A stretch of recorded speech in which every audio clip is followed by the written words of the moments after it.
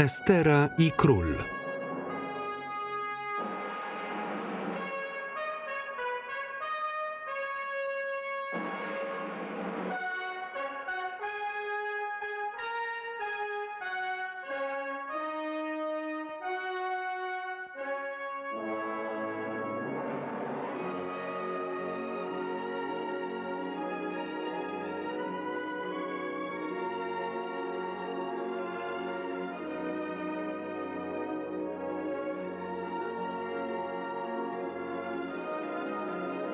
Muzyka, zdjęcia,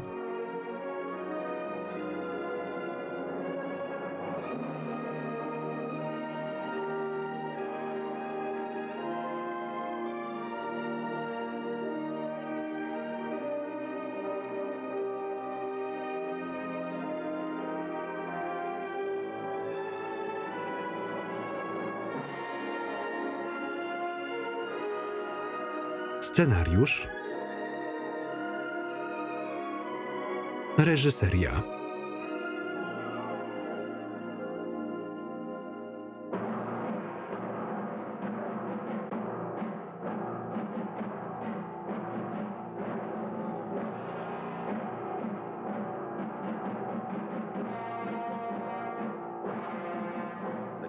Rzecz dzieje się 2,5 tysiąca lat temu w Persji. Oto Aswerus, król Medów i Persów. Władca 127 prowincji, najpotężniejszy człowiek na ziemi. Oto armia zdobywcy wszystkich ziem od Indii po Etiopię, wracająca do domu po zwycięstwach w Egipcie.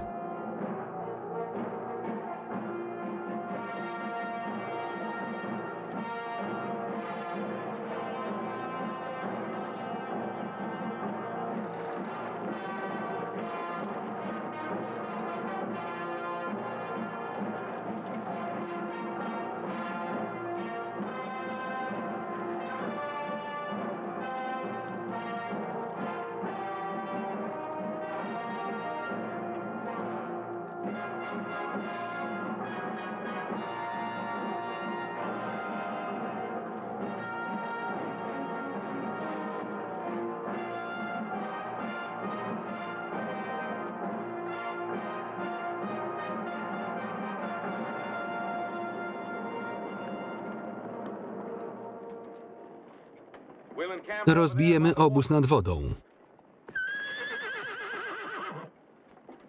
Zostały nam 2 dni marszu do Suzy. Mam wysłać posłańca, by zapowiedział przyjazd króla? Lepiej nie. Dałoby to czas nielojalnym na założenie masek.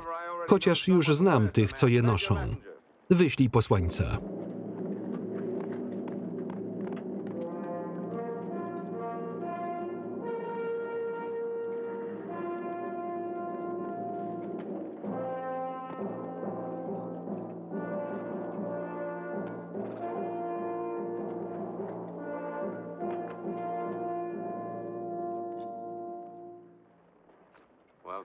Szymonie, mój lojalny Judejczyku, nie potrzebujesz już tego zardzewiałego miecza. Nie rozumiem, panie, dobrze mi służył i uratowałeś mi nim życie. Jednak nie jest godny ciebie.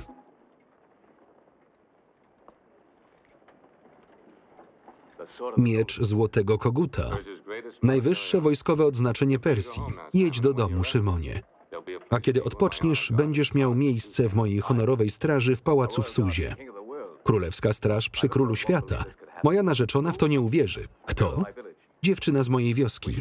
Pobierzemy się, zanim pojadę do Suzy.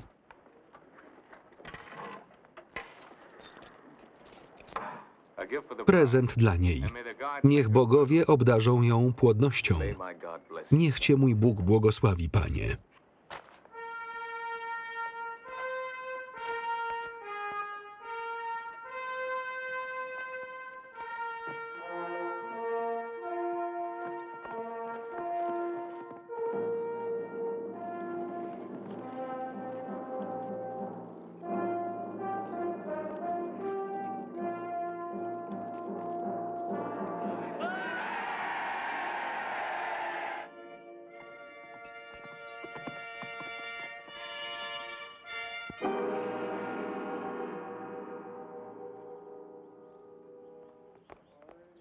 Zabierzcie go do domu.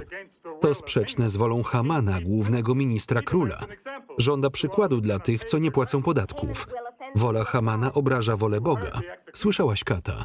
Zginiemy, jeśli go zdejmiemy. Słyszałam, Natanie. Chcesz żyć w strachu do końca życia? Zdejmij go i zabierz do domu.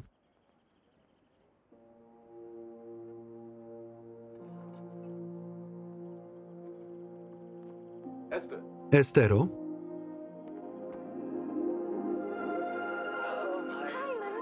Szymonie.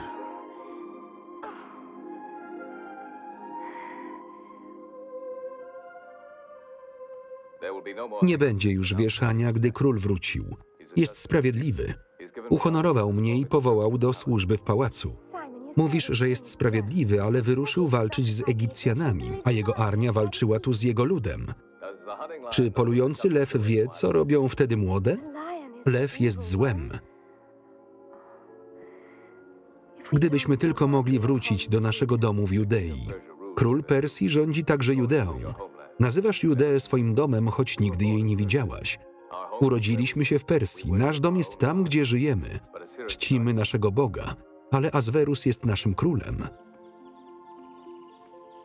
Jest hojny. To jego dar dla ciebie.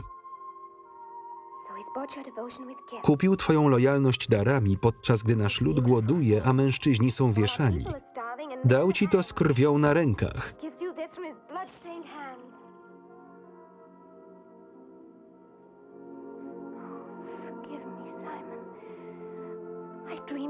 Wybacz mi, Szymonie. Marzyłam o dniu, w którym wrócisz, ale marzenie było inne. Przepraszam.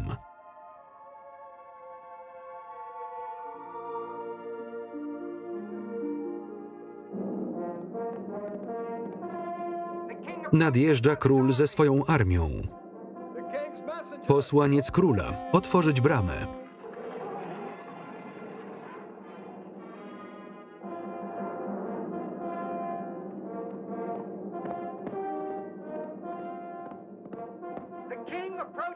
Król zbliża się do Suzy.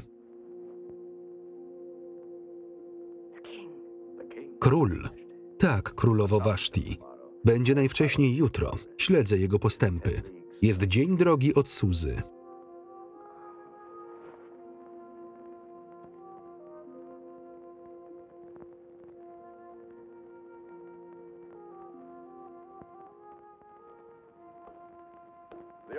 Armii nawet jeszcze nie widać. Mamy czas. Nie, Hamanie. Twój czas się skończył. Mój? Nasz, jeśli to ocali twą dumę. Może właśnie odrzucasz przyszłego króla Persji. Dobrze znam twoje ambicje.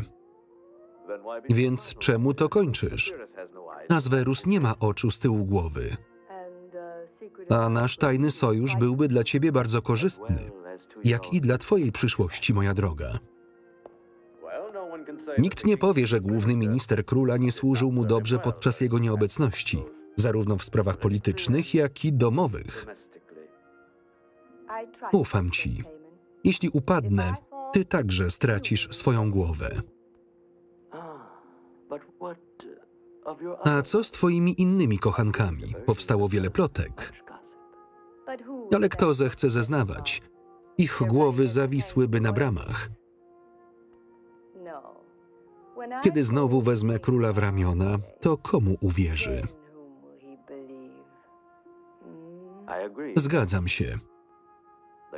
Bogini natury była dla ciebie szczególnie hojna, a królewska purpura bardzo ci pasuje. Noś ją, póki możesz. Królowe przychodzą i odchodzą.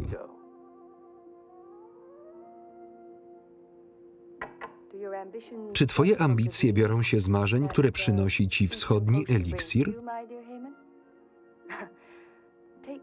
Uważaj, by nie rozwiązał ci języka.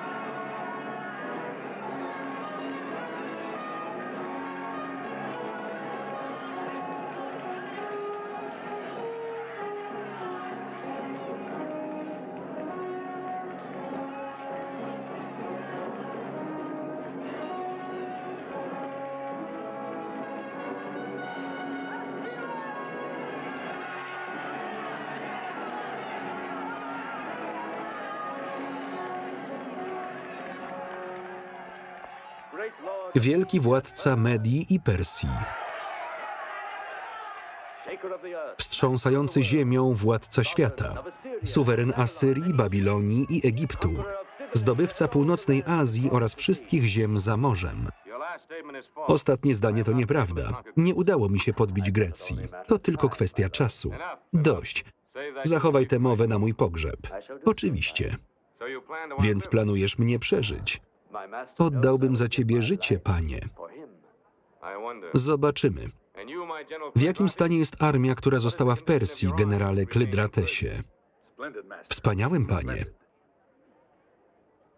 Gdzie jest Mordechaj? Panie, to jedyny doradca, który nie chciał współpracować. Oddaje cześć wyłącznie swojemu niewidzialnemu hebrajskiemu Bogu.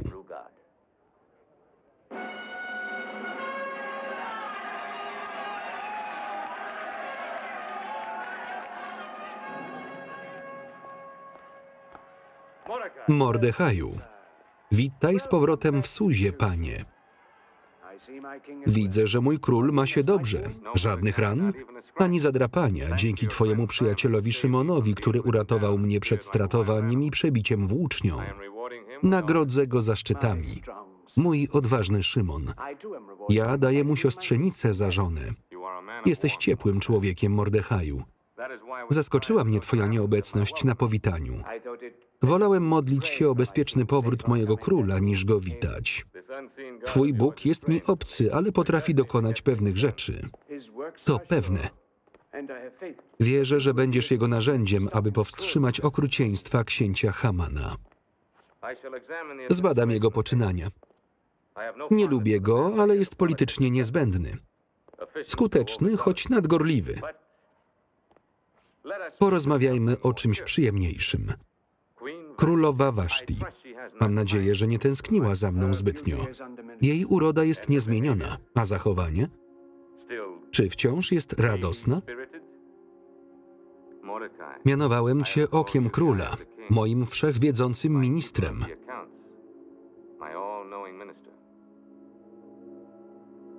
Co masz mi do powiedzenia? Nic, panie. Mój wzrok nie sięga do haremu ani komnat królowej.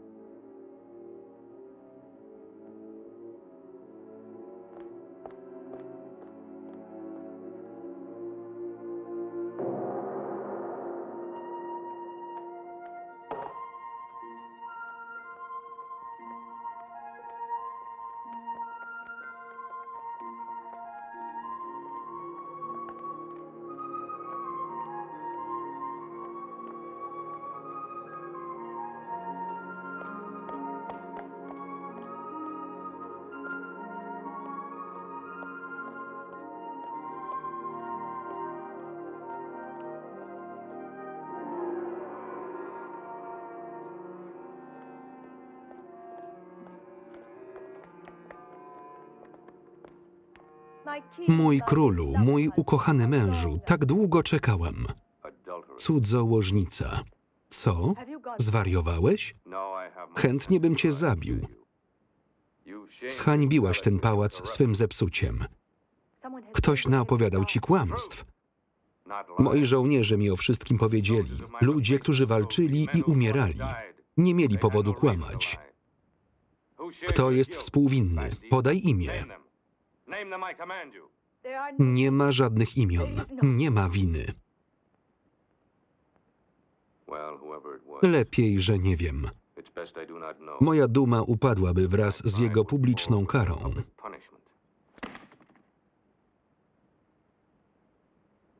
Dlatego potępiam cię prywatnie. Dla mnie jesteś martwa. Nie, Aswerusie, błagam, uwierz mi.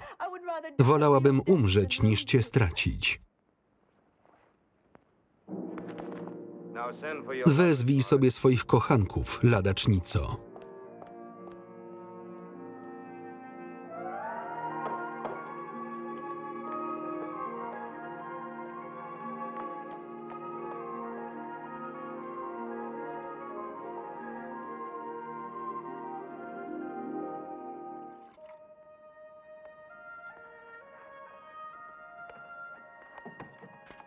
Samuel?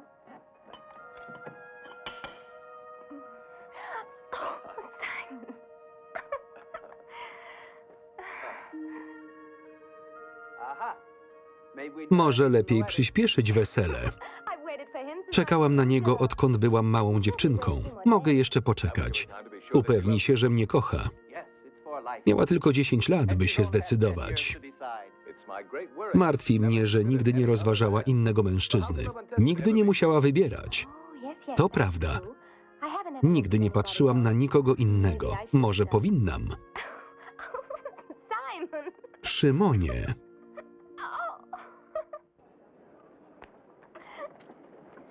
Szymonie, Mordechaju. Nasz wielki żołnierz. I mam nadzieję, dobry mąż dla twojej Estery. Przyjechałeś wcześniej. Wiem. Obowiązki nie pozwolą mi być na waszym ślubie. Wszystko wyjaśnię później. Przywiozłem wam prezent do nowego domu. Mogę otworzyć od razu?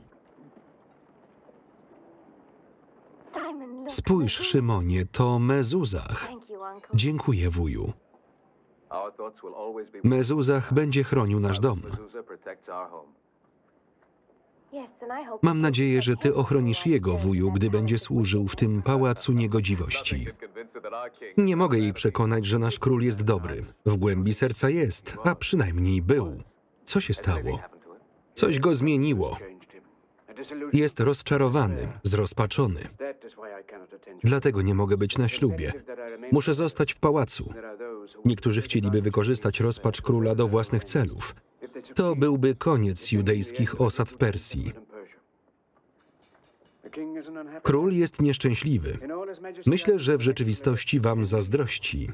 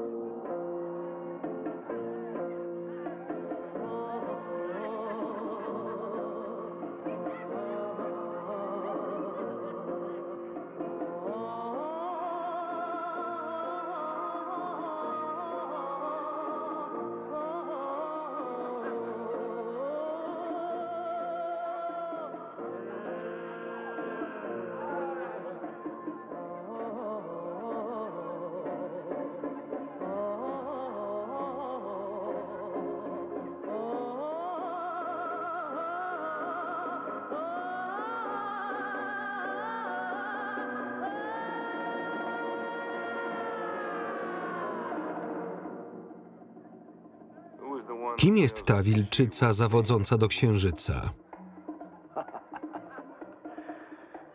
Pewnie kochanką Klydratesa. Nie, opiekunka dzikich zwierząt.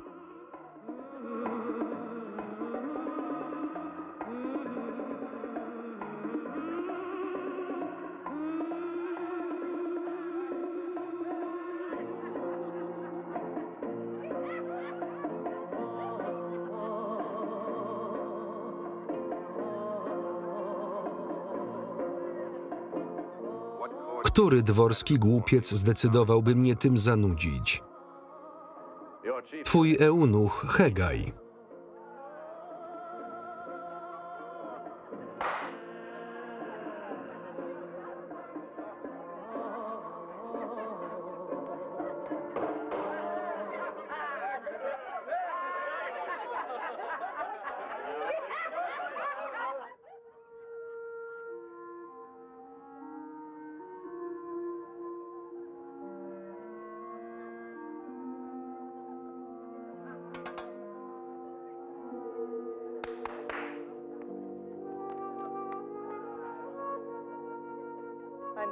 Idę na ucztę.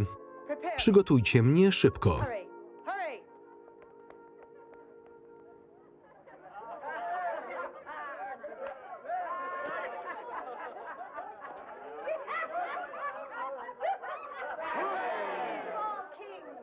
Zdrowie króla.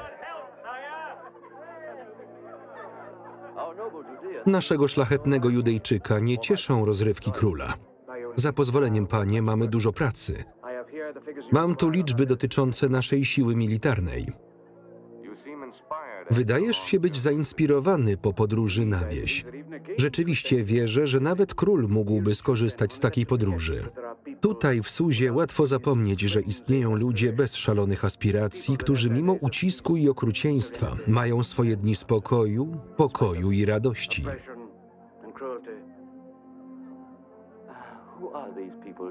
O kim mówisz? O twoich hebrajskich cudzoziemcach? Wyznają religię Izraela, ale nie są cudzoziemcami. Jesteśmy lojalni królowi. A teraz wycofam się, aby zająć się jego sprawami.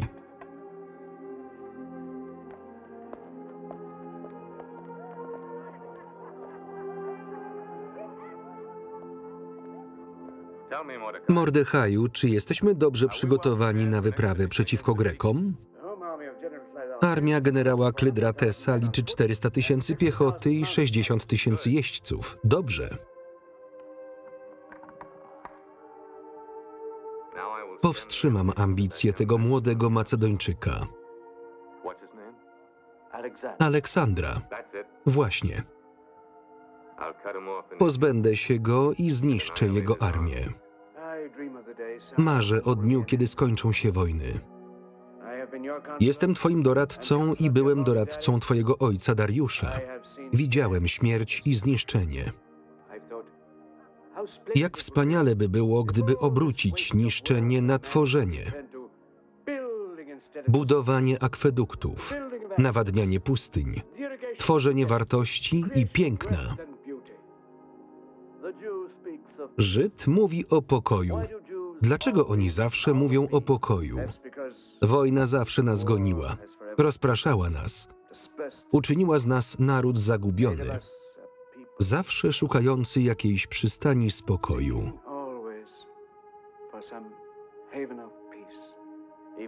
Nawet w czasie wojny Persja była dla was łaskawa. Nad wyraz łaskawa dla ludzi, którzy odrzucają jej bogów, którzy zbierają się na modlitwy do Boga, który nie daje żadnych oznak istnienia. Silniejsi i mądrzejsi od Ciebie poczuli moc mojego Boga. Faraon Egiptu, Nabuchodonozor z Babilonii.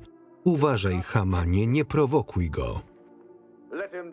Niech Cię broni, kiedy będę wyrywać Ci serce. Obroni mnie, Hamanie. Nigdy więcej nie wyciągaj miecza w mojej sali narad, bo Cię zabiję.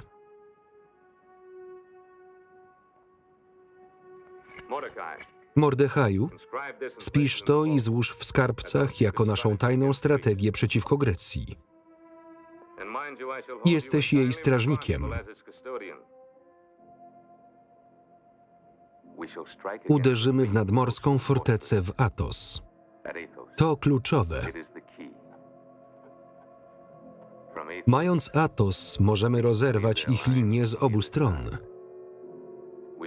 Siły zgromadzimy w forcie w Scytii.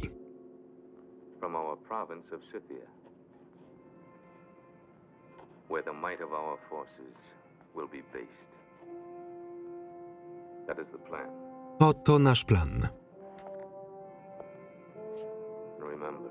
To musi zostać utrzymane w tajemnicy za wszelką cenę.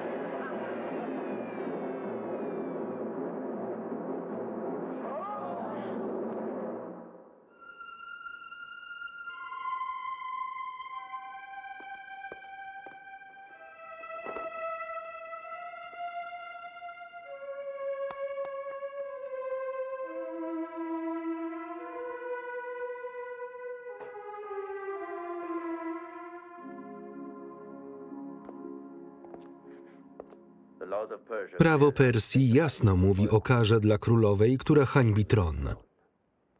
Są dwie alternatywy: śmierć lub wygnanie. Wygnać ją. Jeszcze tej nocy, panie.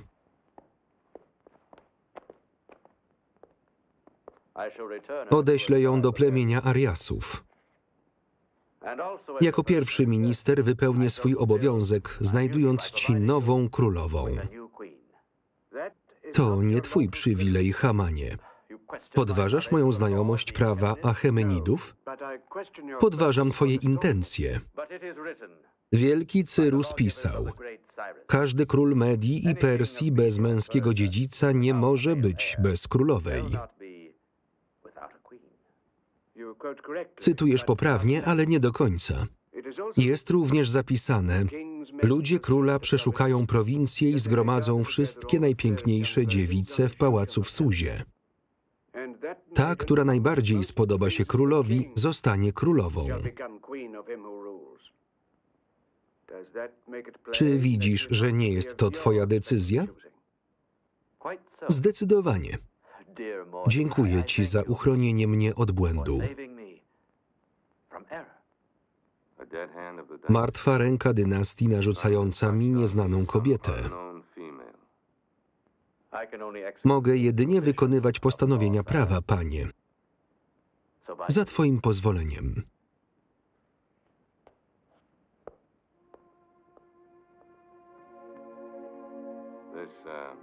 To szczęście, które znalazłeś w czasie podróży na wieś, to moje pragnienie.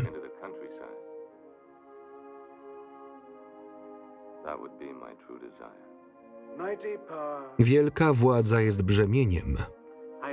Znam tylko jeden sposób, by je zmniejszyć. Jaki? Zmniejszając brzemię innych, zdejmuje się własne. Tę radość możesz odnaleźć w tobie samym.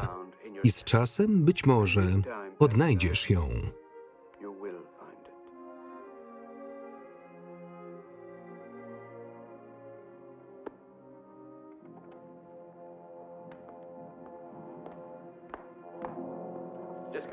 Gisko? Idź szybko do domu mojej Keresz. Niech natychmiast do mnie przyjdzie. Tak, panie. Mogę napić się twojego syryjskiego wina? Jest jeszcze inna, ważniejsza sprawa. Dotyczy królowej Waszti. Tak, panie.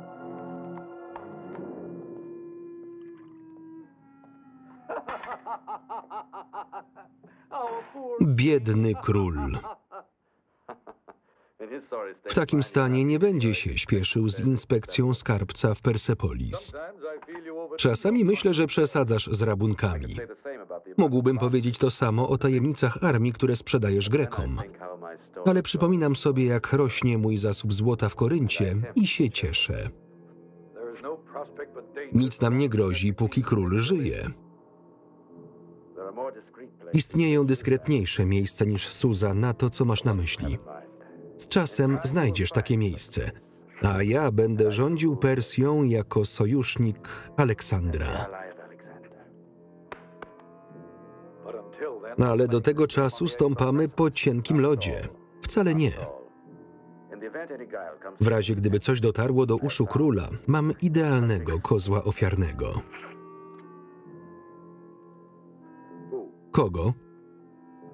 Mordechaja i jego kolonie Judejczyków w Persji.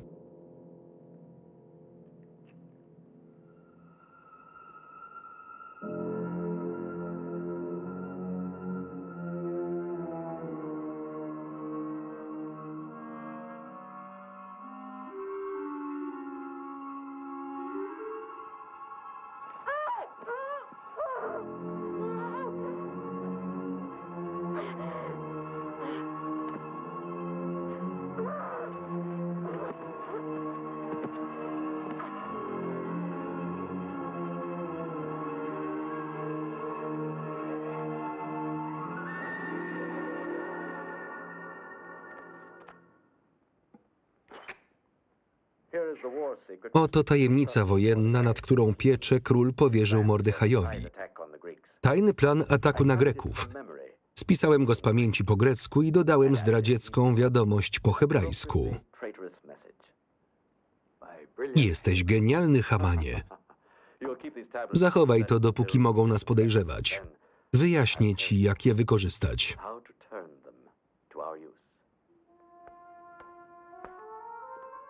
Keresz.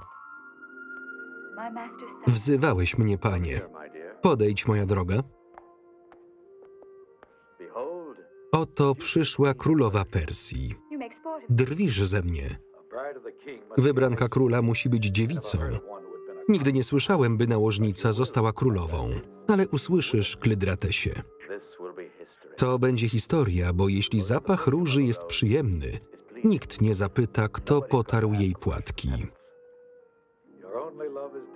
Kochasz tylko niebezpieczeństwo, Hamanie, i uganiasz się za nim jak szaleniec.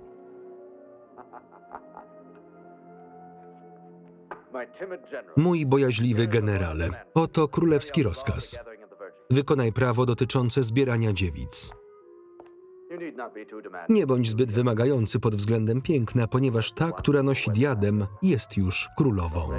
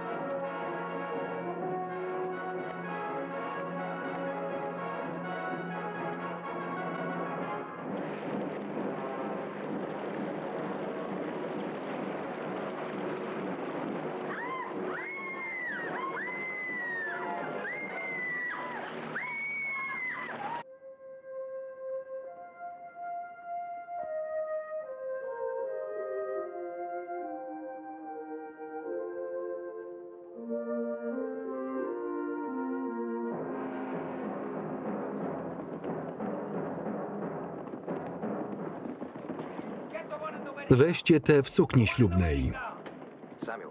Samuelu, przynieś mój złoty miecz z domu. Oni nie sprzeciwią się symbolowi króla. Co robicie? Zostawcie ją. Puśćcie mnie. Szymonie. Puszczaj. Szymonie.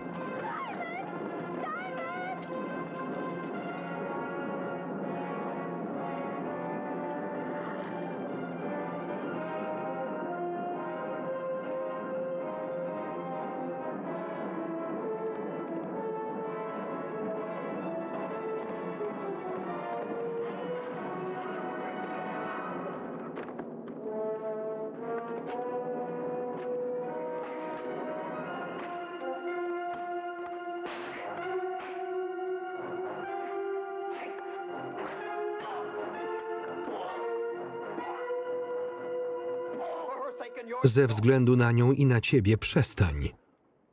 Nie daj się złapać, uciekaj.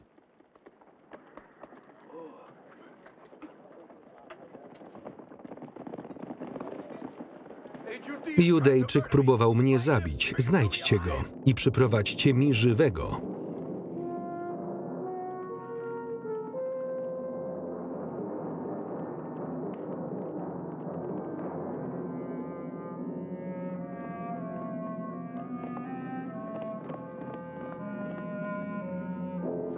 Splądrujcie tę wioskę. Wymierzcie chłostę każdemu mężczyźnie, kobiecie i dziecku we wszystkich hebrajskich osadach.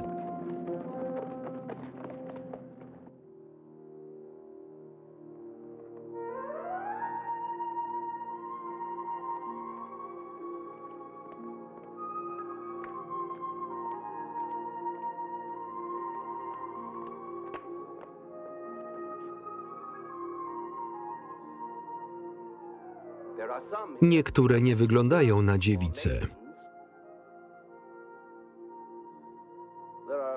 Jest tu kilka dziewic, które mogą przyciągnąć uwagę króla. Nie jest ostatnio sobą. Moim obowiązkiem jest wybrać, co dla niego najlepsze. Oczywiście, książę Hamanie. Zabierz tę, która bawi się wodą.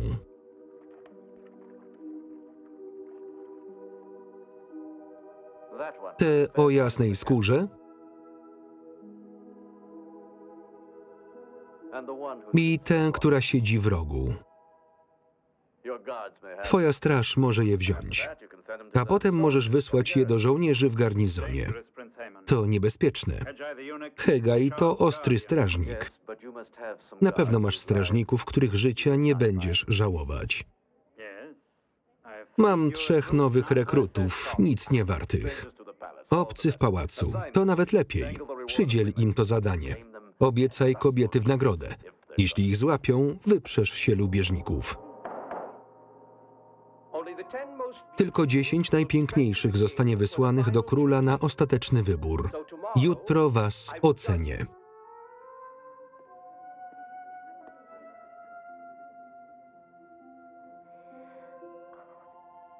Dobry Boże Izraela.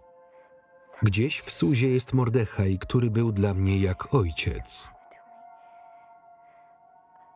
Proszę, daj mu znać, co się ze mną stało. Proszę, daj mu szybko znać.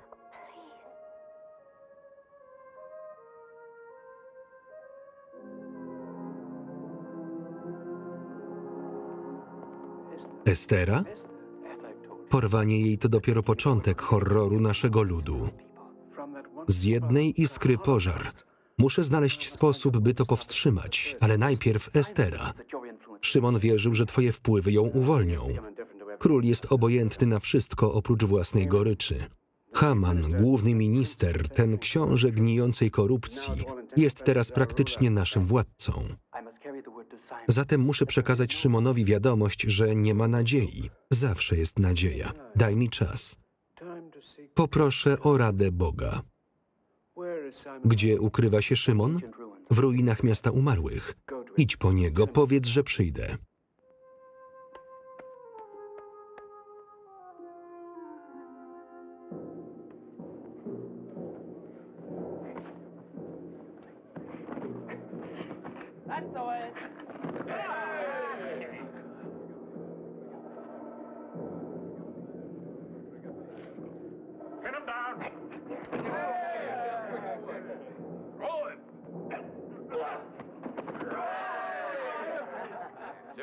Tyriaku, jesteś z nas najsilniejszy.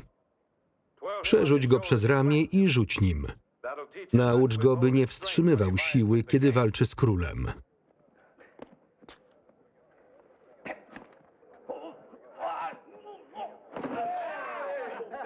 Stare czasy były najlepsze. Te dzikie dni, płonące pustynie, sztormy na morzu. Podbiliśmy wrogów Persji, moi dzielni nieśmiertelni. Król ma ziemię u stóp, ale jego szczęściem jest, że jest z nami.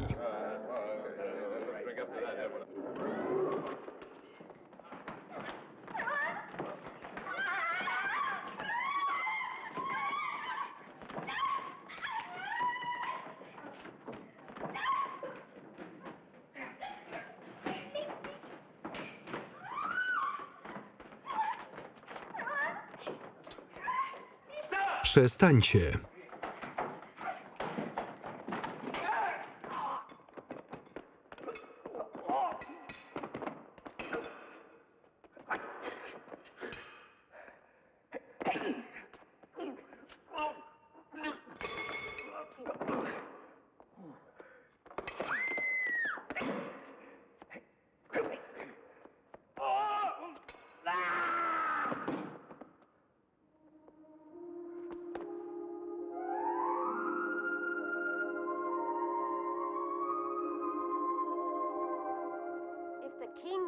Gdyby król był takim mężczyzną, nie tylko odważny, ale i miły dla oka, zabiją cię, jeśli spróbujesz uciec. Żołnierze cię dogonią.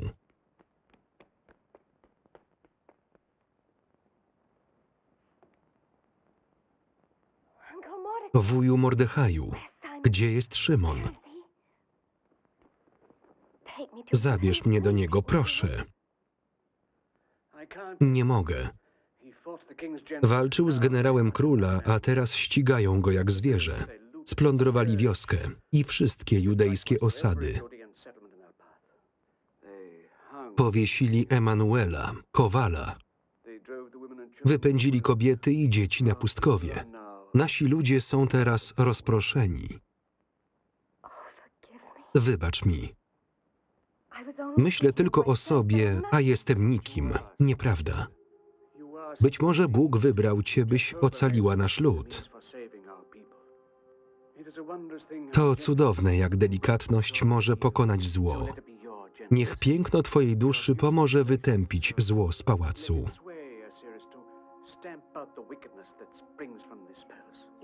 Mam zabiegać o jego względy? Tak.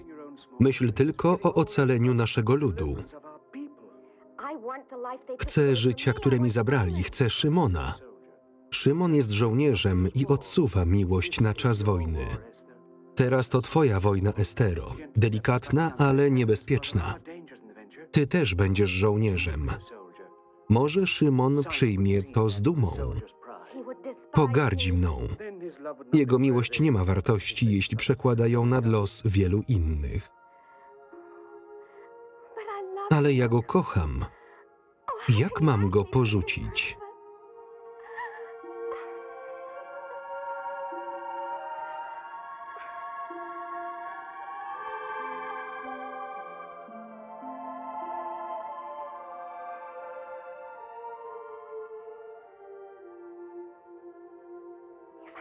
Jeśli król mnie wybierze, poddam się losowi. Bądź sobą, ale nie ujawniaj swojego pochodzenia. Nie zapomnij, że jesteśmy wśród wrogów.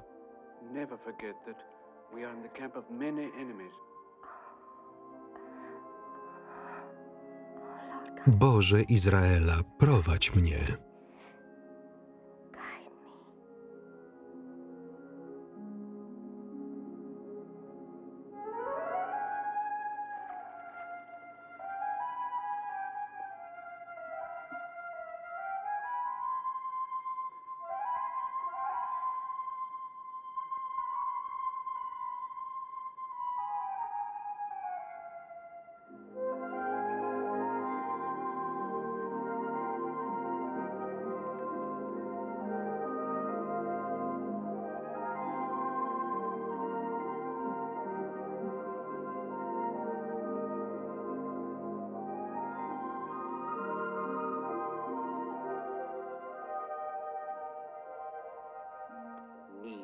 Uklęknij.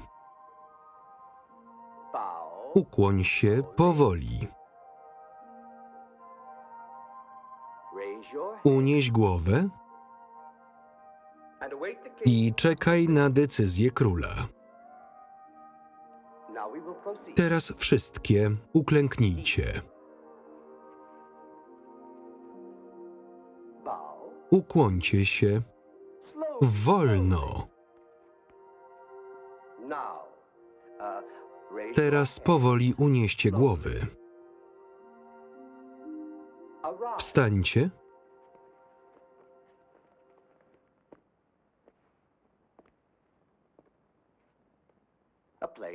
Zwykła biała suknia. Taka prostota. To był twój wybór? Tak. Można by pomyśleć, że nie pragniesz zdobyć królewskiej korony. Niezwykle skromne. Taka skromność zasługuje na nagrodę. Przynieście mi złoty płaszcz. Możecie odpocząć, moje gołąbki.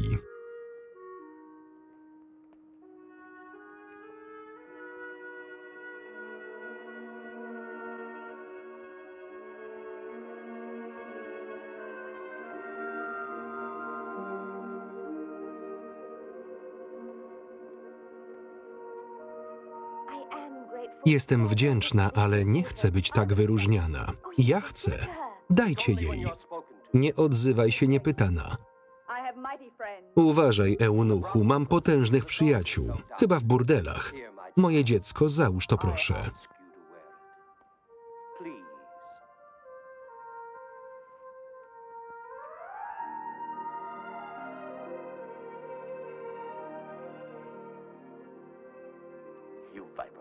Ty, żmijo, widziałem cię i słyszałem.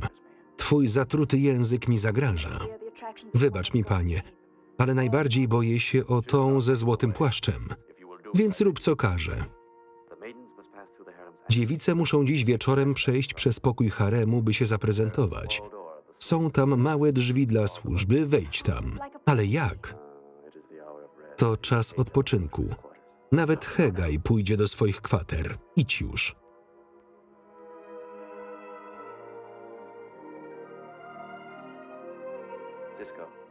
Gisko, widzisz tę dziewczynę w złotym płaszczu? Zapamiętaj ją dobrze.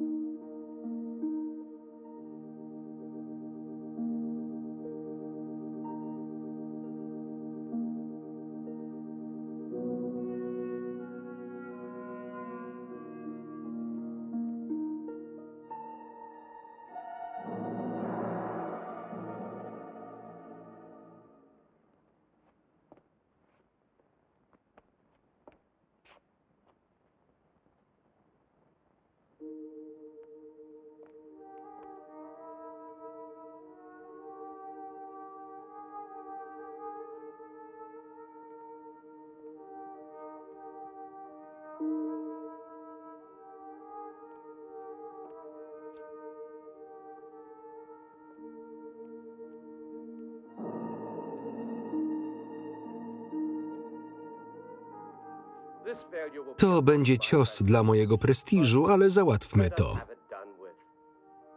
Ty idź.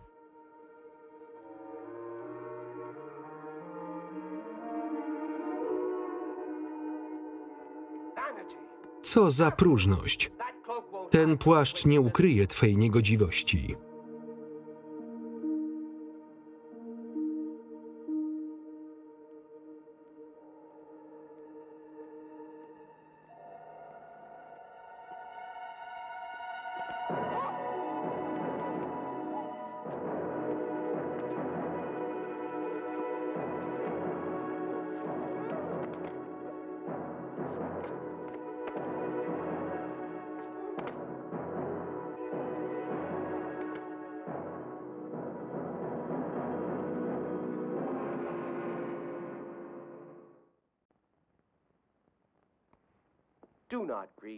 Nie smuć się, że straciłaś złoty blask.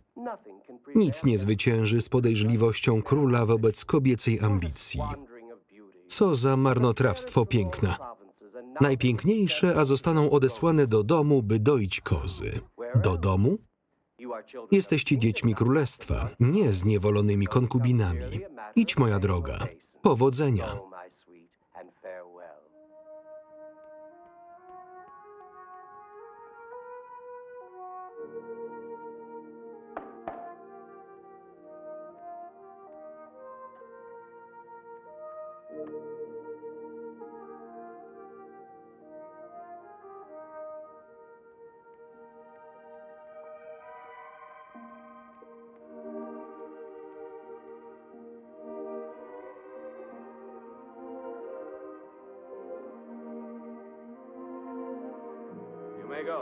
Możesz odejść.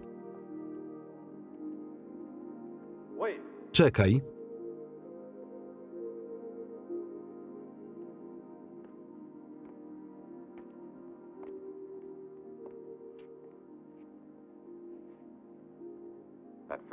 Pamiętam cię.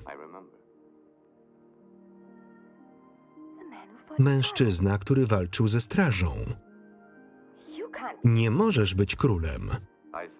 Czasami chciałbym nim nie być. Jak się nazywasz? Estera.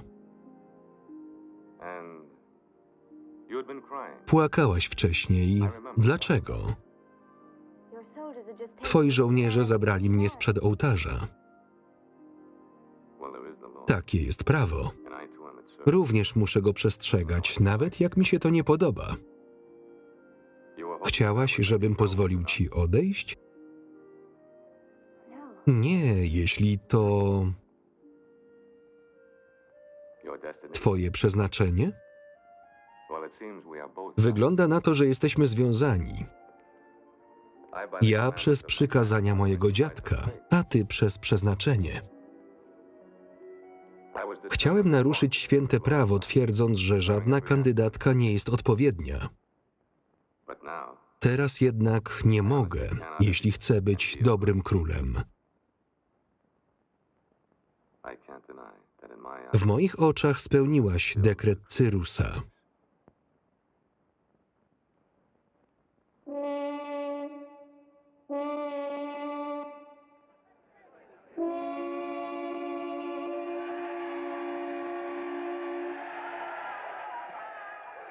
Wybieram cię, Estero, ale nie rozkazuję ci. Proszę, byś tu została na jakiś czas. Niech czas przekona twoje serce, czy odejść, czy zostać. Hegai, opiekuj się nią, jakby już nosiła koronę. Moja przyszła królowa.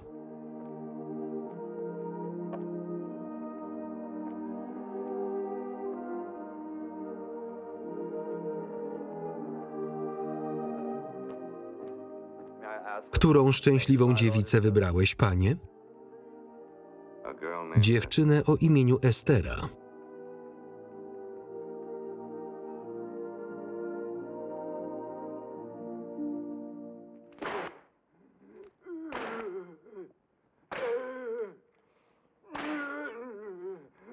Idiota. Idiota.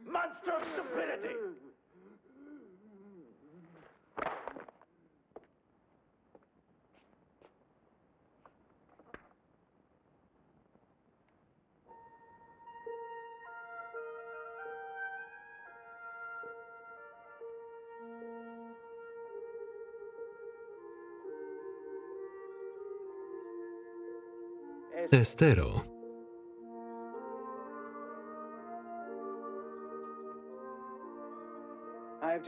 Wracam od króla. Znów się uśmiecha. Często i chętnie. Każdy dzień to dowód, że byłaś dla niego darem od Boga.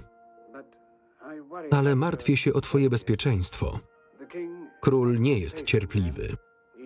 Przyciąga go nie tylko twoje piękno, ale i prawość oraz poczucie sprawiedliwości, które wciąż wiążą cię z Szymonem. Obawiam się, że to może zniszczyć jego cierpliwość i obrócić go przeciwko tobie. Nic mi nie grozi, wuju. Jak dotąd okazywał mi tylko życzliwość. Nie znasz go tak jak ja. Jego gniew bywa ogromny. Widzisz go oczami mężczyzny, ja oczami kobiety. Taka szybka obrona może wypływać tylko z uczucia. Nie mogę zaprzeczyć, że przyciąga mnie do niego siła, której nie rozumiem. Chciałam wierzyć, że to tylko podziw.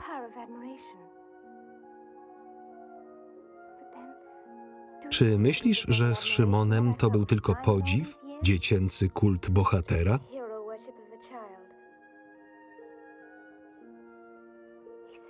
Powiedział, że moja miłość do niego nigdy nie była wystawiona na próbę.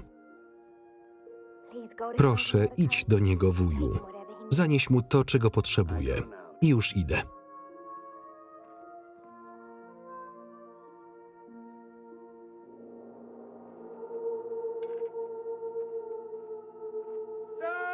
Szymonie! Simon! Simon! Simon!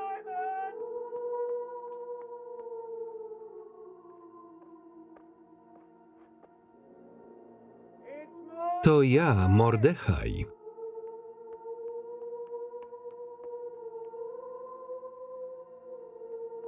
Mordecai. Mordechaju, Szymonie, mój biedny chłopcze. Jedzenie. Dopilnuję, żebyś miał co jeść, dopóki ludzie Klydratesa nie porzucą pościgu. To nigdy nie nastąpi. Dlaczego? Bo nie spocznę, dopóki nie uwolnię Estery. Ona nie jest zniewolona. Król się nią opiekuje. Robi z niej konkubinę. Królową.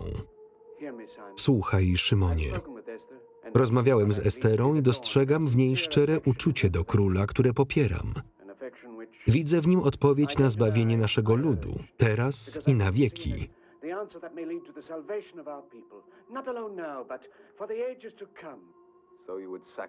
Więc poświęcisz ją jak jagnię na ołtarzu.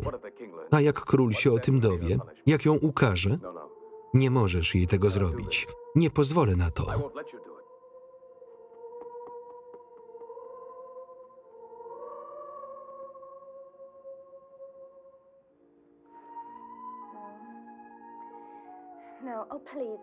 Nie, proszę, zabierzcie to i zostawcie mnie samą. Czekajcie, przepraszam. Nie trzeba. Jestem tylko niewolnicą. Ja też. Nie chciałam być niemiła. Przytłacza mnie to życie i wspomnienia poprzedniego. Rozumiem to.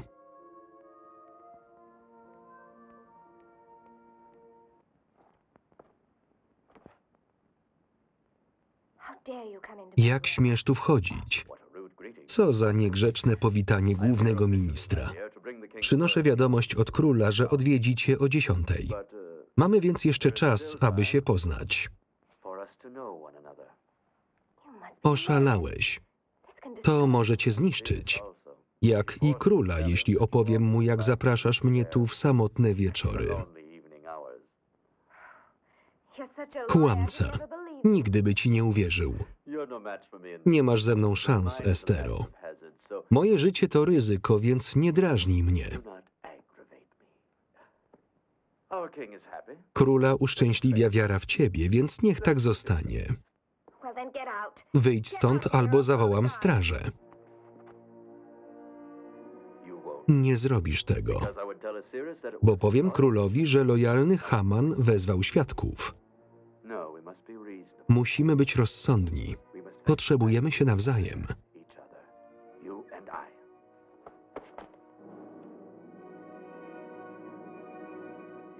Uważaj. Skazałabyś nas na zagładę, ale nie króla. Znajdę sposób, by cię zniszczyć. A ja ciebie.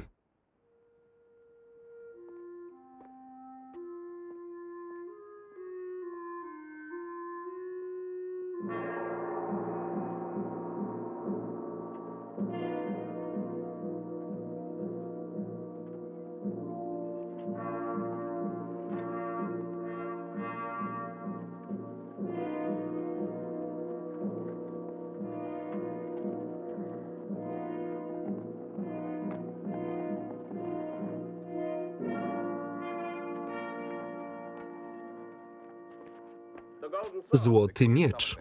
Król mnie wezwał, oby był w dobrym humorze. Ma świetny humor, odkąd ma nową wybrankę. Górny korytarz prowadzi prosto do sali audiencyjnej. Król da mi pilne przesyłki do Galan. Niech czeka na mnie Rydwan.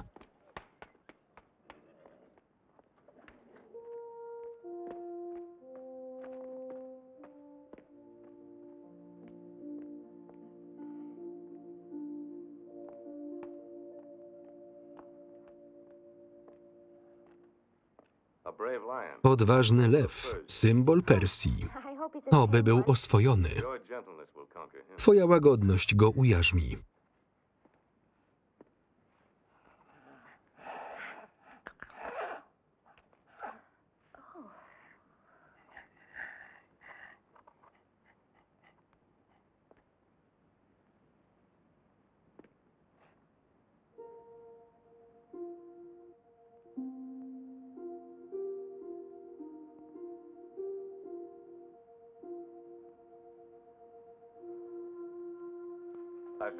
Nie potrafię być romantyczny.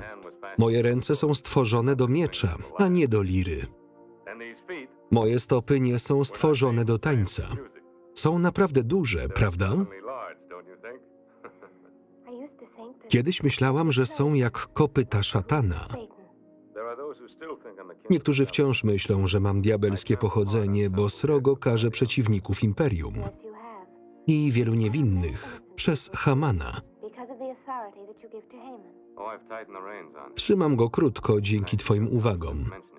Czasami zastanawiam się, Estero, kim jesteś? Moim mentorem, strażnikiem czy kobietą, która odwzajemni moje uczucie?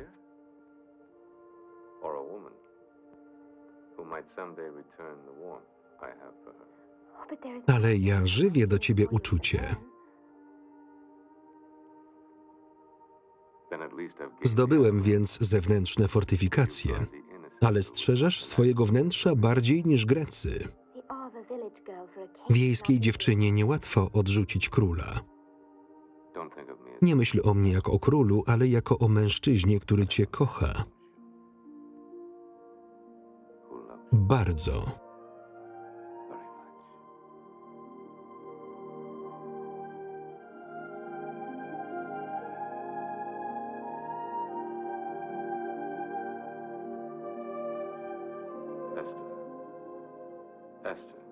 Estero, o czym myślisz? Kiedy zabrano mnie z wioski, nienawidziłam cię.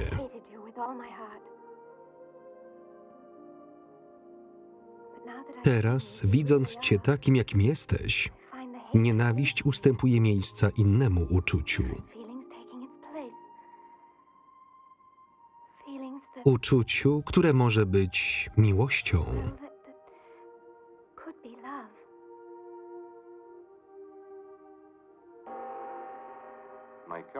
Posłańcy przybyli z Nubii i Tangeru z darami. Zaraz wrócę.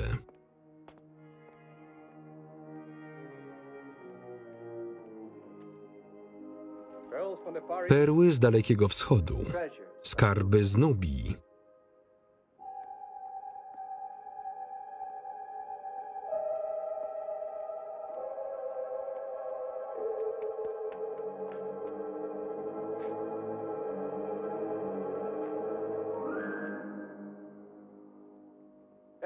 Estero, moja Estero, przybyłem cię uwolnić. Nie, Szymonie. Szczęście nam sprzyja. Wszedłem bez problemu, czeka na nas Rydwan. Musisz uciekać, grozi ci tu niebezpieczeństwo. Tobie też stajesz sama przeciw wrogowi. Musiałam. Król nie jest już naszym wrogiem. Kochasz go. Nie wiem. Estero? Proszę, uciekaj. Nie dostanie cię, zabiję go.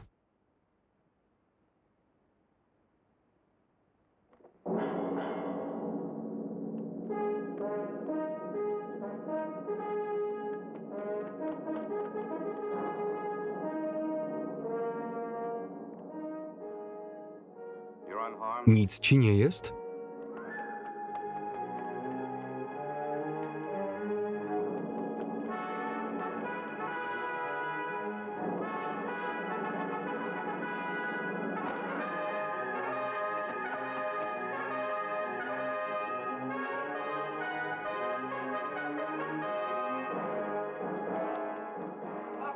Zatrzymajcie go.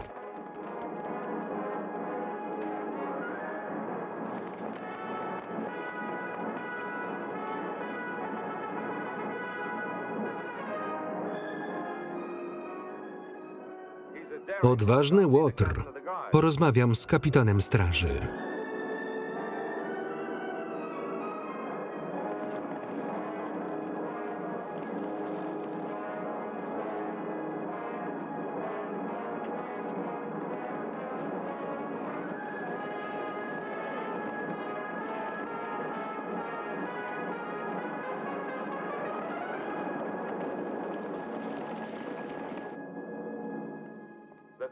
Złodziej wszedł do pałacu używając złotego miecza. Musiał ukraść go jednemu z dowódców. Udało mu się uciec. Zwiększę twoją ochronę, Estero. ale wolałbym zająć się tobą osobiście. Ile muszę jeszcze czekać?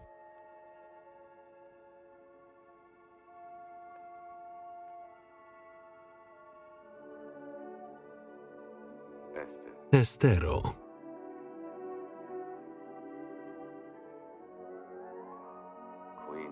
Królowo Estero. Ważniejsze od bycia królową jest dla mnie bycie żoną Ahasverusa, więc wybierz mnie i koronę. Wszystko, czego zapragniesz, będzie twoje, nawet królestwo. Chcę tylko królestwa twojego serca, z jego miłością i miłosierdziem. Już posiadasz to, Estero. Rządzisz moim sercem i życiem.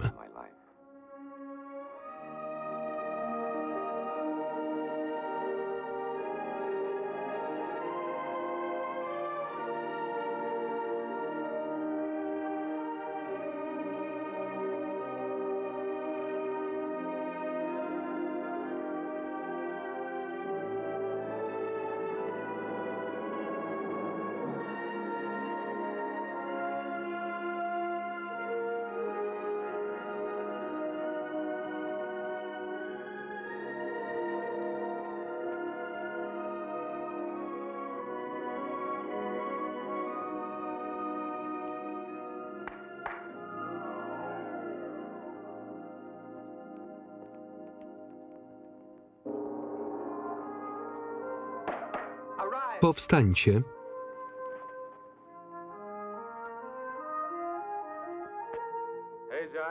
Hegai, odeślij konkubiny do zimowego pałacu.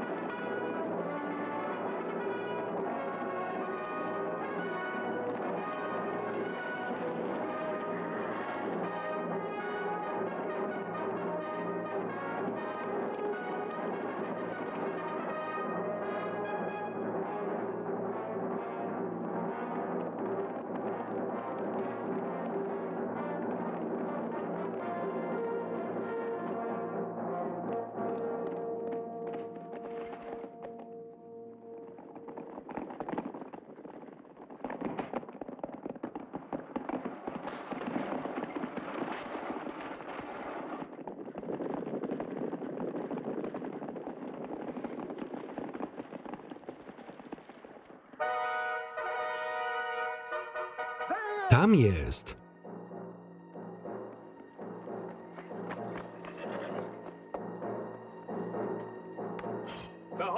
Oto złoty miecz Ahasverusa.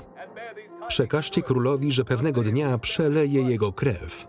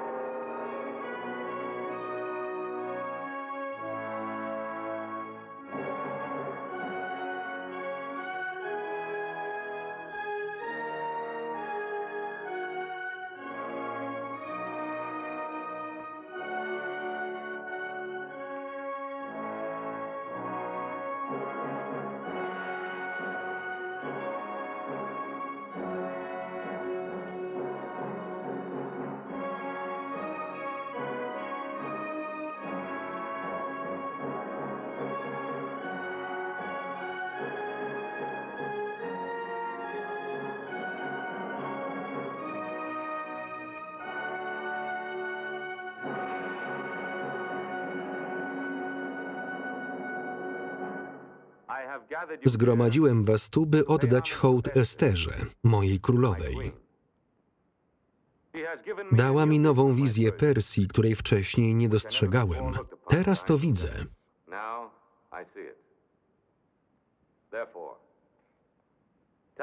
Dlatego teraz podatki będą ustalane według niedostatku i obfitości, a nie stałych obciążeń. Generał Klydrates nie osądzi już mieszkańców bez procesu. Mordechaju, nowe przepisy nie wpłyną na finanse królestwa, ponieważ wezmę nadwyżkę ze skarbca w Persepolis. To wszystko. To, co powiedziałem, staje się prawem.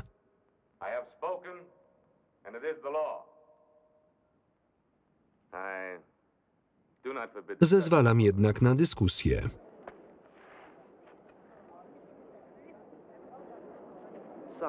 Panie, przypomniałem sobie prawo króla Cyrusa, które oszczędziłoby ci podróży do Persepolis.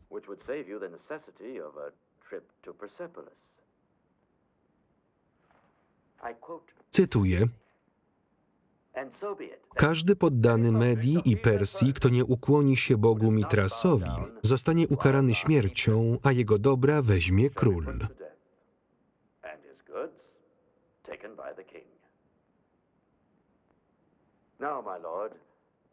W Persji są Judejczycy, którzy czczą obcego Boga. Prawo jest jasne, mają być zgładzeni.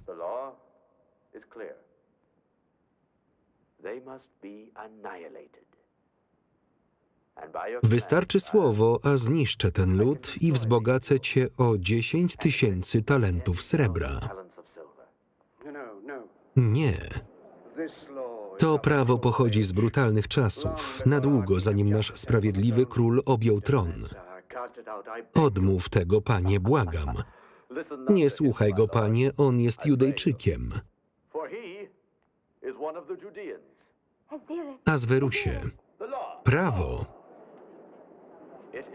Jest napisane, że każdą kobietę, która przerywa królewską radę, nawet królową, czeka kara. A ta kara to śmierć. Z wyjątkiem tej, do której król wyciągnie złoty szczerb.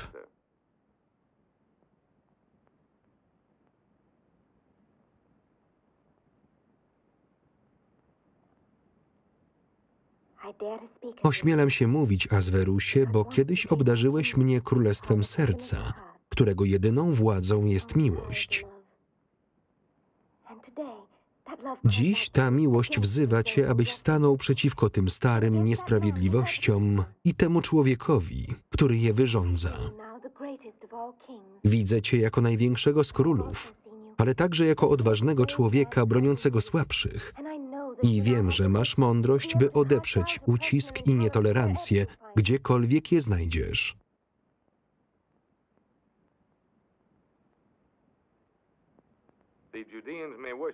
Judejczycy mogą czcić kogo chcą. Będzie nowy kodeks. Kodeks Azwerusa. Nie będziesz musiał go dobrze znać, książę Hamanie, ponieważ posada gubernatora na syryjskiej pustyni nie wymaga takiej wiedzy.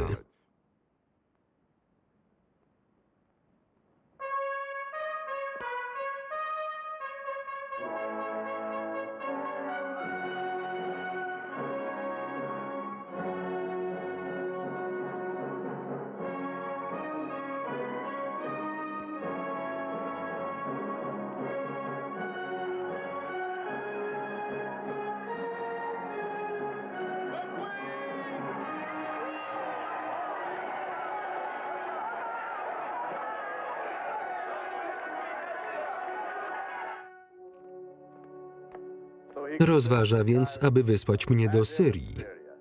Sprawię, że pożałuję, iż radził się tej nowej królowej. Mówiłem, że za długo czekamy z zabójstwem, a ja mówiłem, że nie możemy tego zrobić w Suzie. Jeśli dotrze do Persepolis, to może zostać opóźnione przez ważne wydarzenie. Rzeź Judejczyków i powieszenie Mordechaja. Sfałszowane dokumenty, które mi dałeś? Kiedy, Hamanie? Bogowie zdecydują. Rzucimy pur. Zawsze je rzucam przed walką.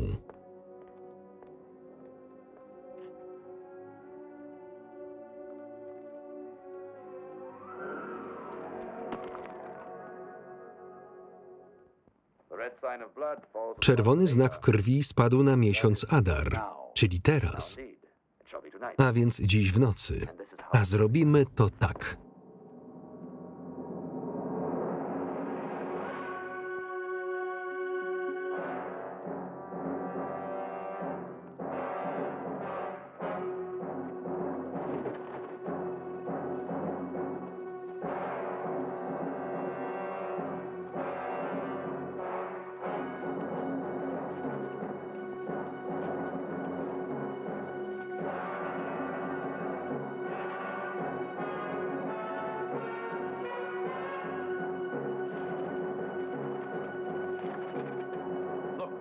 Patrzcie.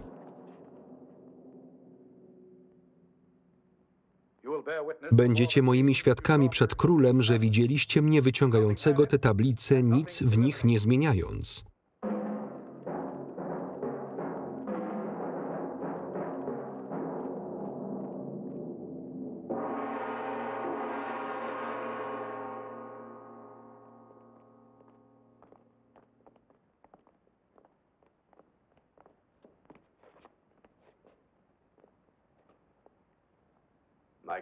Mój królu, mamy dowody na zdradę.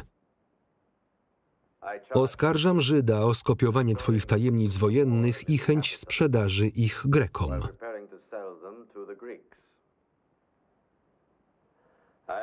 Dobrze pamiętam, jak mu to powierzyłeś. Spójrz, panie. Twój plan przejęcia greckiego portu w Atos, skopiowany po grecku. A tu wiadomość po hebrajsku do Judejczyka w Grecji. To same kłamstwa, mój królu. Jestem twoim lojalnym sługą. On to sfabrykował. Jak? Nie umiem pisać po hebrajsku ani po grecku. Ale Mordechaj pisał wszystkie królewskie wiadomości do Judei, jak również negocjował z Grekami. Ci skrybowie potwierdzili zdradę na tej tablicy. A ci żołnierze zaświadczą, że dowody są takie same, jakie widzieli w świątyni Hebrajczyków. Kto bezcześci świątynię, kłamie. Zabroniłem ścigania Judejczyków. Tak, panie, przyznajemy się do tego. Ale nie chciałbym widzieć, jak to wspaniałe imperium zostaje pożarte przez Aleksandra. Broń się, Mordechaju. Nie mam winy do obrony, panie. Przysięgam na Boga. Którego? Na mojego Boga. On mnie ochroni. Nasi bogowie cię zniszczą. Nasi, panie, bo jesteśmy Persami. Zanim przyniosłem ci ten dowód, rzuciłem pur, wiedząc, że mój król jest tak samo wierny naszym bogom jak ja. Jestem. I może byłem zbyt ufny wobec Mordechaja i jego innowierców. Zbyt ufny, panie. Nawet w wyborze nowej królowej. Zdaję sobie sprawę, że prowokuje królewski gniew. Lojalność nakazuje mi powiedzieć, że królowa i Mordechaj spotykali się w tajemnicy.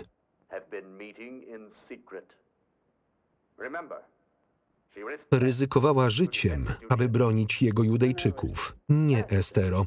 Estero, a nie królowo. To bliskość spiskowców. Co wiesz, Estero, o zdradzie Mordechaja? Jedynym zdrajcą tutaj jest Haman. To on powinien stanąć przed sądem, ale według praw wyższych niż pałacowe. Słowo przeciw słowu. Zabierzcie Mordechaja do więzienia. Jeśli się nie obroni, powieście go i jego ludzi, chyba że porzucą swą wiarę. Najdroższy, posłuchaj mnie. Będziesz miał to na sumieniu. Mówisz o zdradzie, a sam mnie zdradziłeś, obiecując królestwo miłosierdzia, które Haman zatruł złem. Wiesz, że możesz umrzeć za zabranie głosu? Tak. I nie unoś berła, bo i tak umrę. Jestem Żydówką.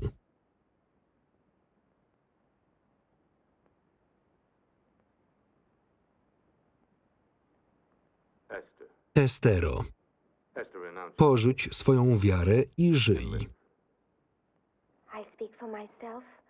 Mówię za siebie, za mojego wujka Mordechaja i za nasz lud.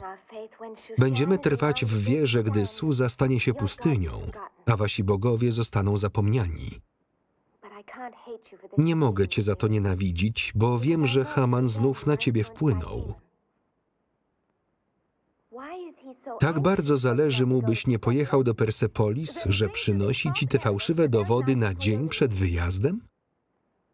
Czy boi się, co odkryjesz? Proszę, Aswerusie, w imię mojej miłości nie skazuj nas, zanim nie wrócisz. Nie wierzę w twoją miłość. Jednak jest coś w tym, co mówisz. Wstrzymuję egzekucję Mordechaja i Żydów, dopóki nie wrócę z Persepolis.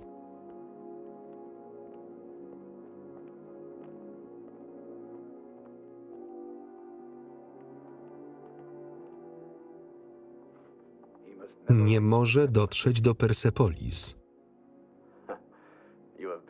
Byłeś bardzo cierpliwy, Kledratesie. Nie powstrzymuję cię dłużej i oferuję 1000 talentów złota za jego głowę.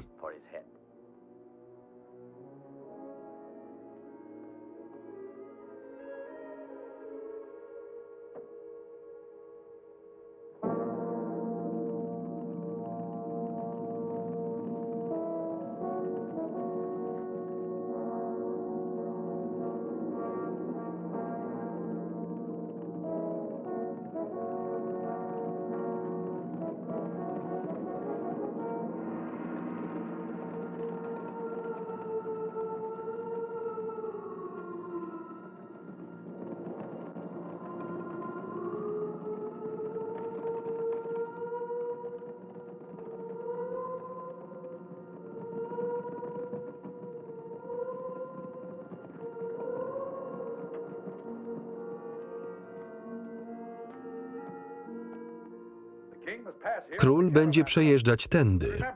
Pamiętajcie, że książę Haman oferuje 1000 talentów złota temu, kto przyniesie mu głowę króla.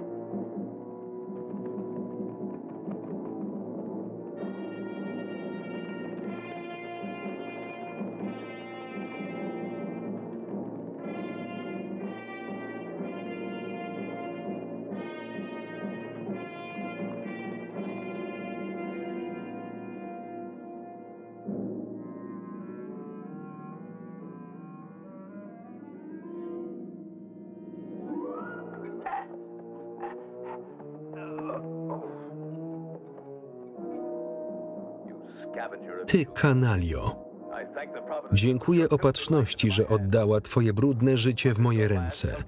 Splądrowałeś swoją ostatnią bezbronną osadę.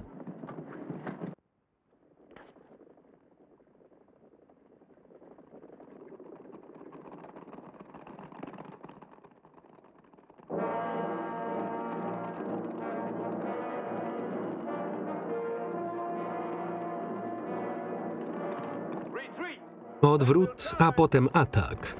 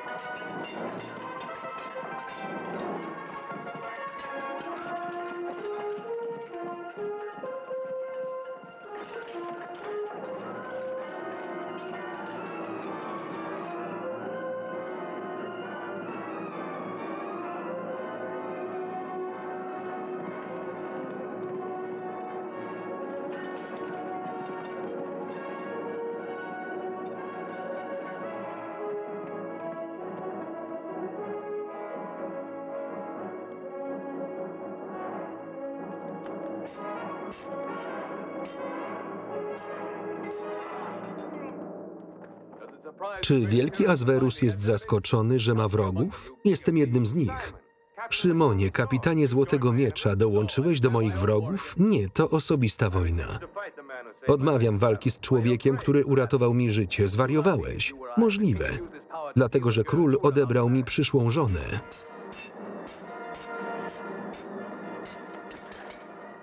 Poczekaj.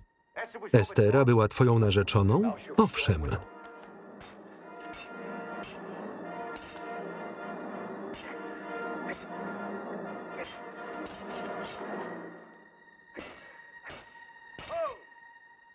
Ryzykujesz życie, kiedy ona wciąż mogłaby być twoja?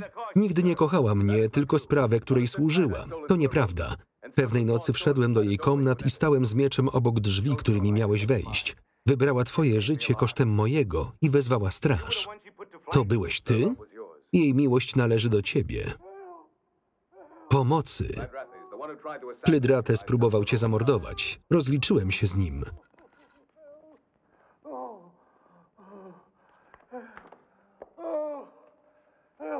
Pomocy.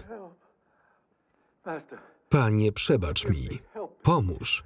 Zakończ cierpienie. Tak zrobię. Albo zadam więcej bólu. Chyba że powiesz prawdę. Mówię prawdę. Haman stoi za wszystkimi naszymi zbrodniami przeciwko tobie. Planowanym zabójstwem, kradzieżą w Persepolis, sprzedażą strategii Grekom. To on sfałszował dowody przeciwko Mordechajowi i zaoferował nagrodę za twoją królewską głowę.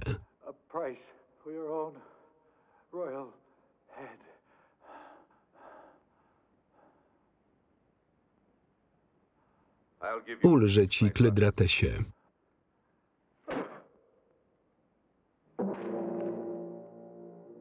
A ja zostawiłem Esterę w rękach Hamana.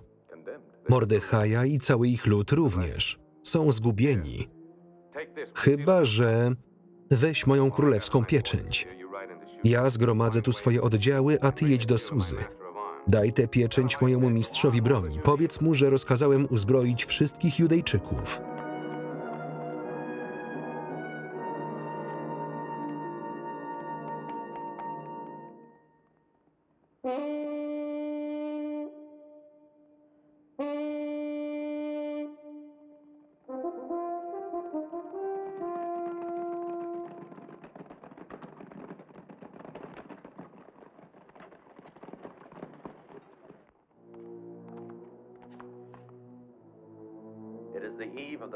Dziś jest wieczór szabatu Judejczyków. Są w swojej świątyni.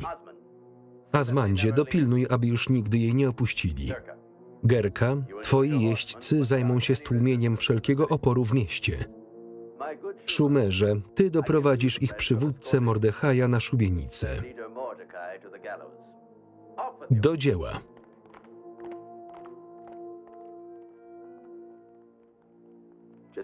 Gisko, królowa. Tak jest, panie.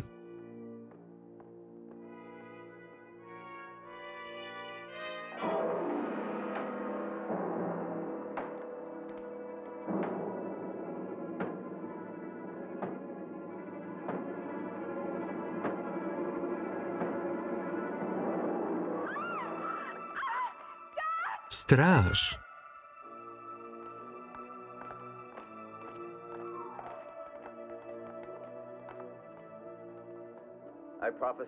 Przewiduję, że nasz książę Haman będzie najpopularniejszym władcą w historii Persji.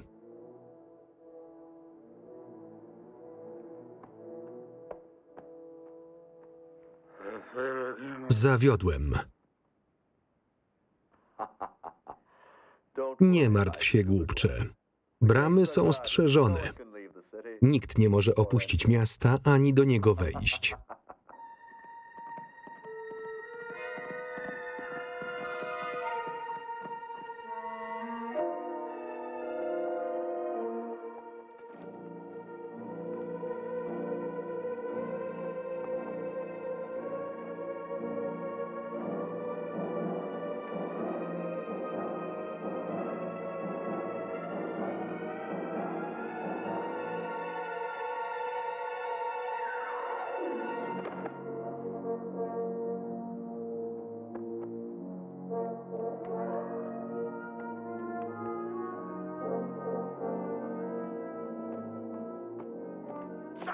Szymonie, służyłem z tobą w kampanii egipskiej. Teraz jestem kowalem. Tobiasz, król kazał uzbroić nasz lud. Czy jest w Suzie ktoś z naszej kompanii? Wystarczająco na początek. Zbierz ich i czekaj na rynku. Są też cywile, ale potrafią machać kijem i siekierą. Ich też uzbroimy. Znajdź ich i wyślij do świątyni.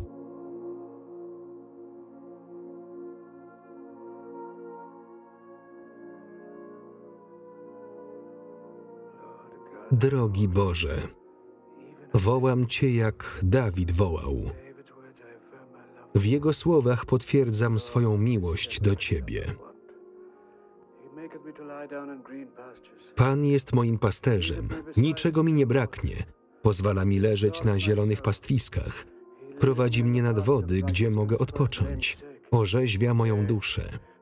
Wiedzie mnie po właściwych ścieżkach przez wzgląd na swoje imię. Chociażbym chodził ciemną doliną, zła się nie ulęknę, bo Ty jesteś ze mną. Twój kij i Twoja laska są tym, co mnie pociesza. Stół dla mnie zastawiasz wobec mych przeciwników.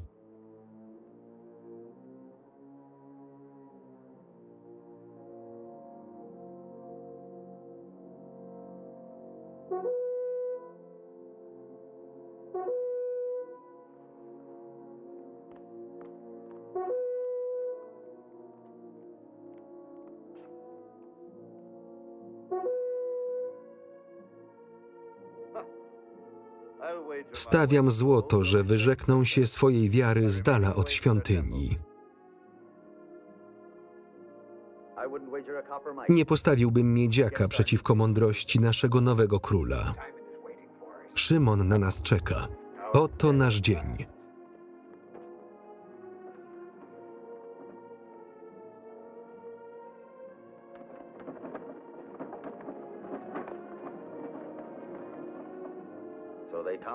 Zbierają się jak zwierzęta na rzeź. To mi ułatwi pracę.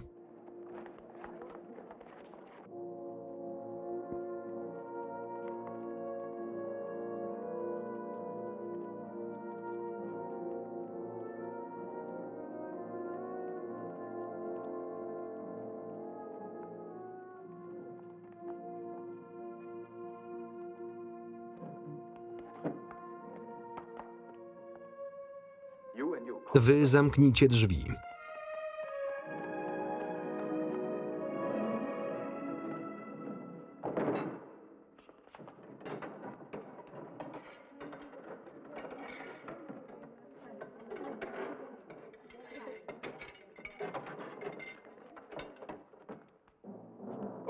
Kto jedzie? Przynoszę dar dla księcia Hamana od generała Klydratesa. Otwórzcie bramę.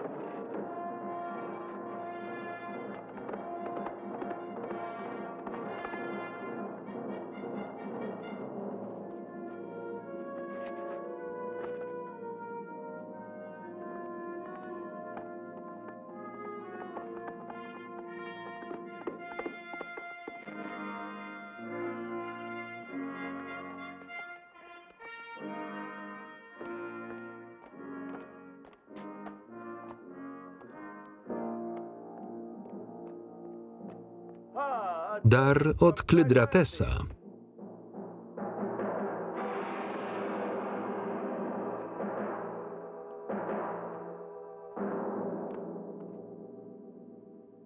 Gisko, mój rydwan.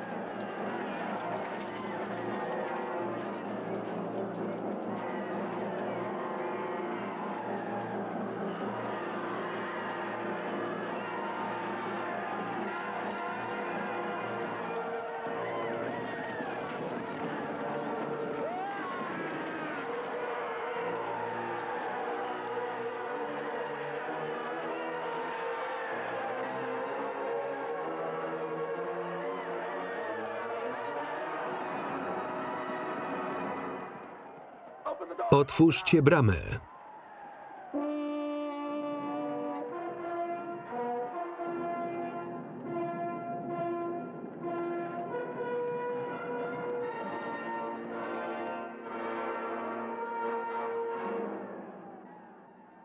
Brać go.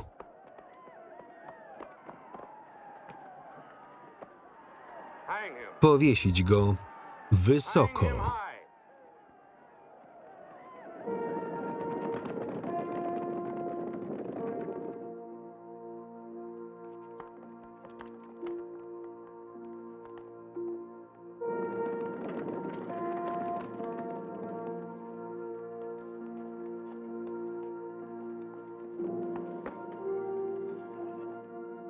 Oto nie zdrzemnie się ani nie zaśnie ten, który czuwa nad Izraelem.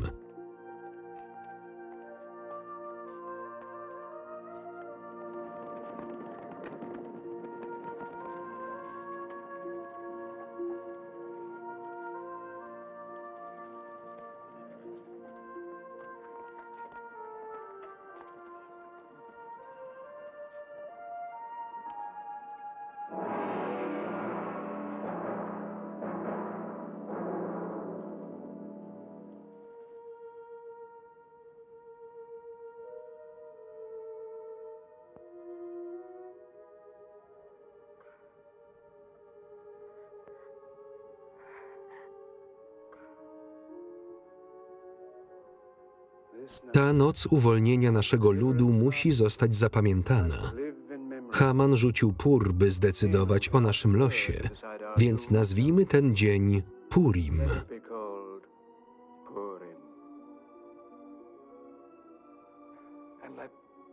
I niech to będzie radosne święto, jak te, które mieliśmy w osadach.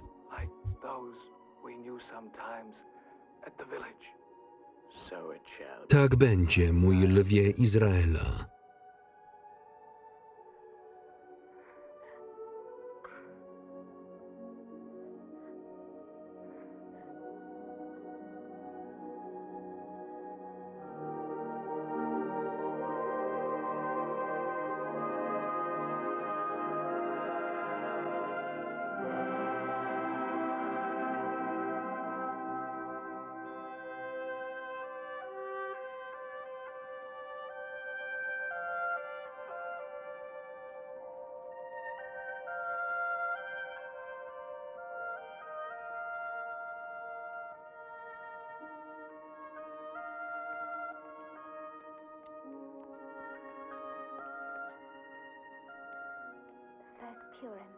Pierwsze święto Purim, tak jak chciał Szymon.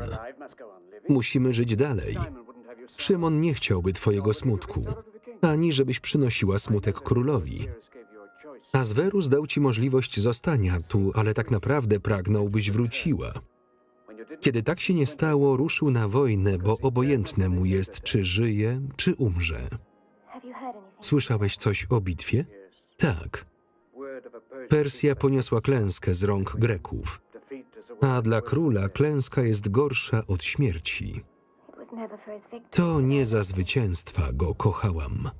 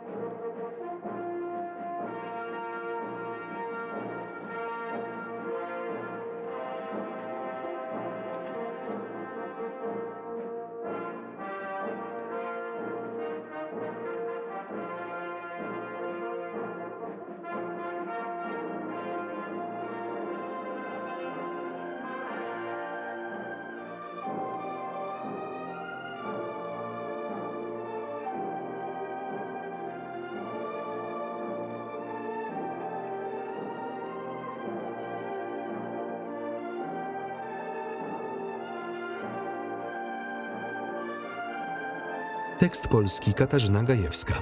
Czytał Maciej Więckowski.